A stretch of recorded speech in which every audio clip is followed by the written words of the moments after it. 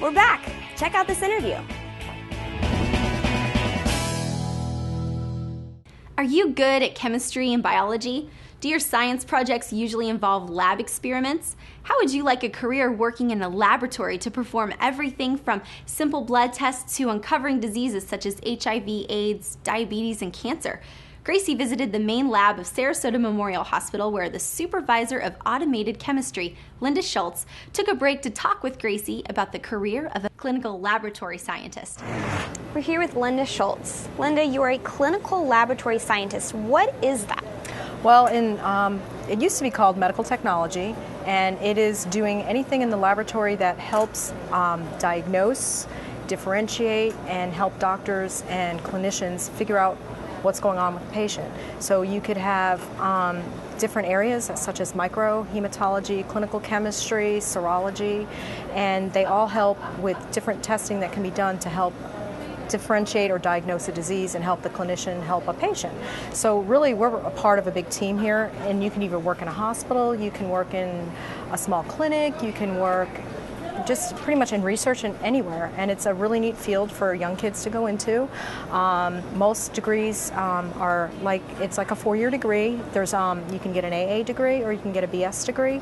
You have to really care for science to go into this because it's a lot of science and math based. So if you're interested in that, and computers and technology, because everything uses a lot of technology. A lot of our stuff in the lab in the background, as you can see, has robotics and a lot of computers attached to it. So if you're interested in that, it's really kind of neat. What does your typical day look like? My typical day, and most of the tech's typical days, is a startup of a machine, getting the machine up and running, to make sure that everything is running properly, make sure the machine, we do what's called quality control to make sure that the machine is running and that what we're reporting out is accurate and precise and giving the clinician the best diagnosis. So we start with that, and that, depending on the machine, can take 10 minutes to an hour. And then pretty much here in a big hospital like we have, we do morning rounds, which we have patients, and we also do a lot of outpatient testing. So if you go to the doctor and he orders a blood test, they might come here depending on where you live. So a lot of that, it's just getting the machines ready and just keeping up with the day-to-day, what's running through the analyzer, and dealing with problems maybe on an instrument.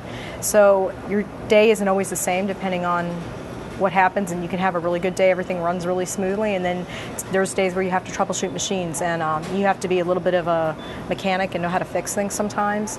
And it just, a typical day can go really fast if it's really busy, or it can not go fast, but it depends on what department you work into. So a lot of things, like I said, are technology, but there is also a lot of manual tests, like in microbiology, where they actually physically read plates, and you might find something really neat that you won't see it every day. So a typical day it's not typical. It can change. It just depends on your volume and what area of the lab you decide to work in. Is it dangerous working with these chemicals? It can be. Everything is, as you know, I don't know if you see most of the techs. I'm actually not working with the sample right now, but everything's considered a biohazard here. So they have to wear gloves, lab coats, and usually when they're opening any kind of container, they're supposed to have goggles or eyewear on, just to protect us.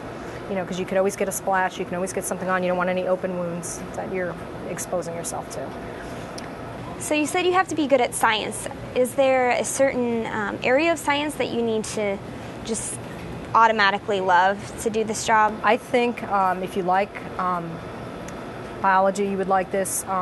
Microbiology is a whole section, so that goes under biology. And then hematology, you have to be interested in your blood and your blood cells, because that's the study of all the cells that are in your blood, and that can be very, very interesting. And also, I didn't really talk about blood bank, is if someone's bleeding and they need blood very quickly, that is always just a really neat field to go into too. So you really kind of have to just really like science. If you really don't like science, I don't think that you would enjoy this job, because it's all based on science and math. So you need to love to learn to be in this field. Yeah, and I think that, and the technology is always changing, so there's always something new coming out. So if you like to learn, you're interested in science, you like technology, I think it's a good field. It's a great field. You can work all different hours. You can, like I said, you can work in a hospital, you can work in a doctor's office, you can do research, you can work, just depending on where you are. Monday through Fridays, you can work nights if you have small kids. The schedule can be adjustable based on where you are. So it's kind of not just maybe some people want a Monday through Friday job, but you can do pretty much any hours, any days of the week with this kind of job. Well, it sounds like there's a lot of different opportunities in this field. Thank you so much for sharing with us, Linda. I really appreciate it. No problem. Medical technologists or clinical laboratory scientists should have a 4-year Bachelor of Science degree, plus complete an accredited medical technologist program. If you don't want to go through all that schooling, you can become a medical technician with a 2-year associate's degree that includes science and clinical lab courses. For those who already have a degree in a related field, such as nursing, some hospitals offer 1-year medical technologist programs. Though not every state requires certification or licensure, getting certified will help you get a job in this field. Certification can either be as a general medical technologist or can be in a specialty such as phlebotomy or medical biology.